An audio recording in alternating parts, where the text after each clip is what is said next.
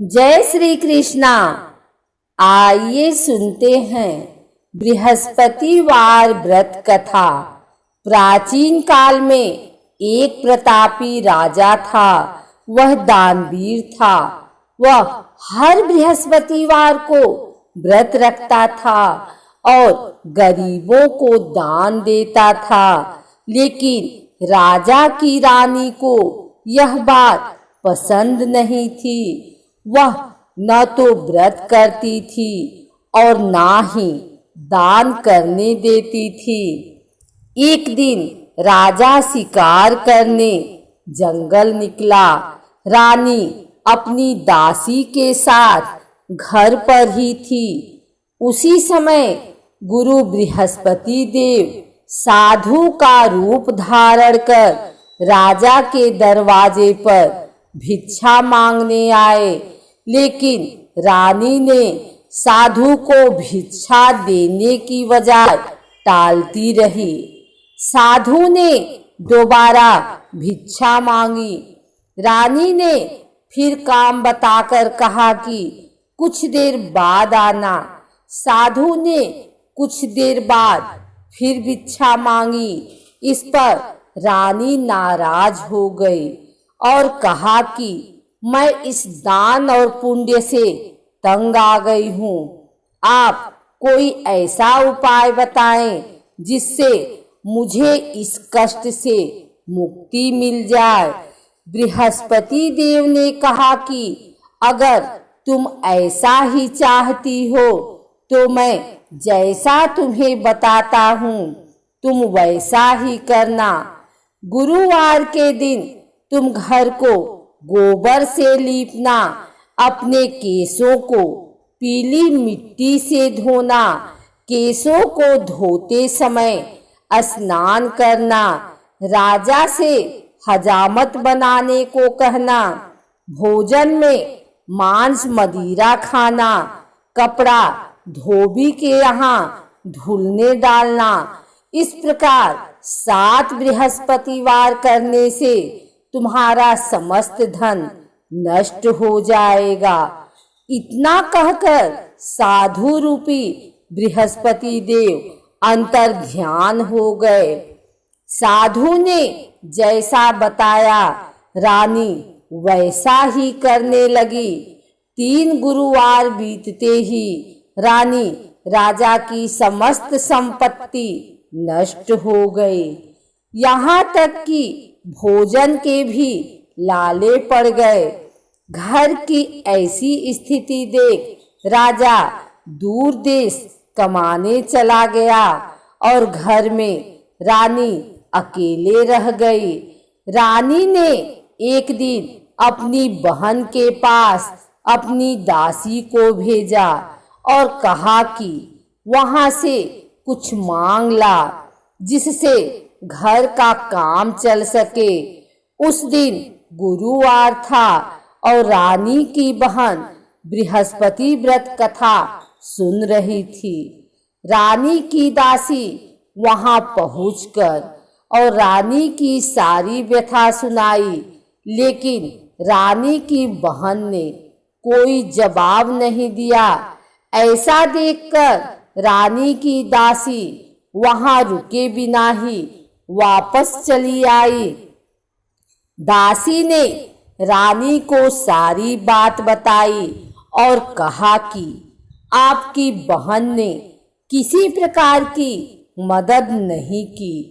उधर रानी की बहन कथा सुनकर और पूजा समाप्त करके अपनी बहन के घर आई और कहने लगी, बहन मैं बृहस्पतिवार का व्रत कर रही थी। तुम्हारी दासी मेरे घर आई थी, परंतु जब तक कथा होती है तब तक न तो उठते हैं और न ही बोलते हैं।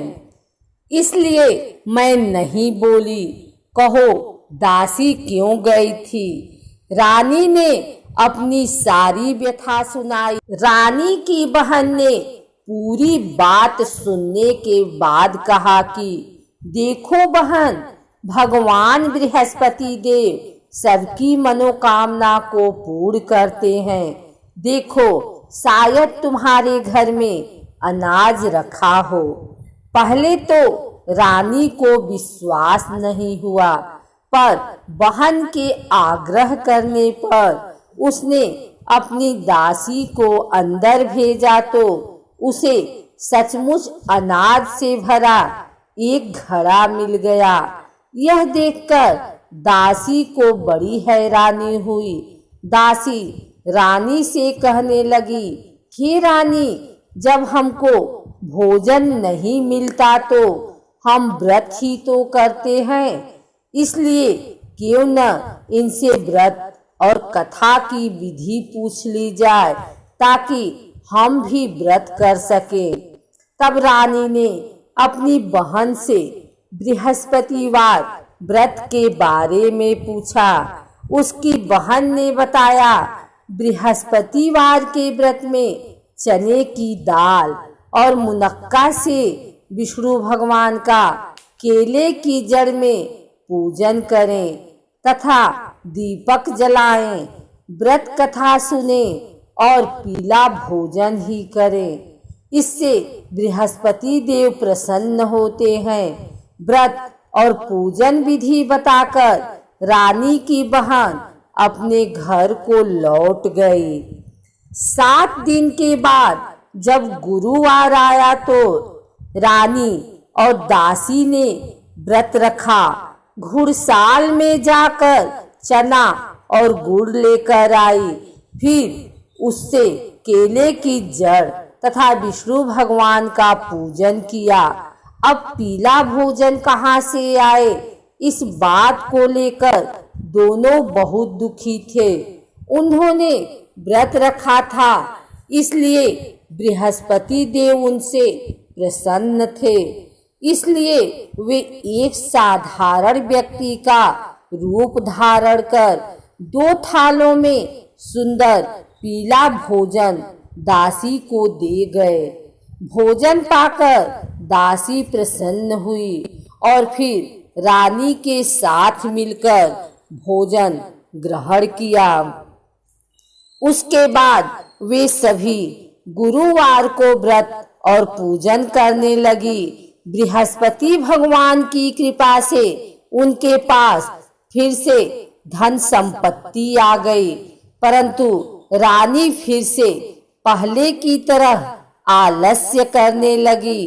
तब दासी बोली, देखो रानी, तुम पहले भी इस प्रकार आलस्य करती थी, तुम्हें धन रखने में कष्ट होता था, इस कारण सभी धन नष्ट हो गया। और अब जब भगवान बृहस्पति की कृपा से धन मिला है तो तुम्हें फिर से आलस्य होता है। रानी को समझाते हुए दासी कहती है कि बड़ी मुसीबतों के बाद हमने यह धन पाया है, इसलिए हमें दान पुण्य करना चाहिए, भूखे मनुष्यों को भोजन कराना चाहिए और धन को शुभ कार्यों में खर्च करना चाहिए, जिससे तुम्हारे कुल का यश बढ़ेगा, स्वर्ग की प्राप्ति होगी और पितृ प्रसन्न होंगे। दासी की बात मानकर रानी अपना धन शुभ कार्यों में खर्च करने लगी, जिससे पूरे नगर में उसका यश फैलने लगा।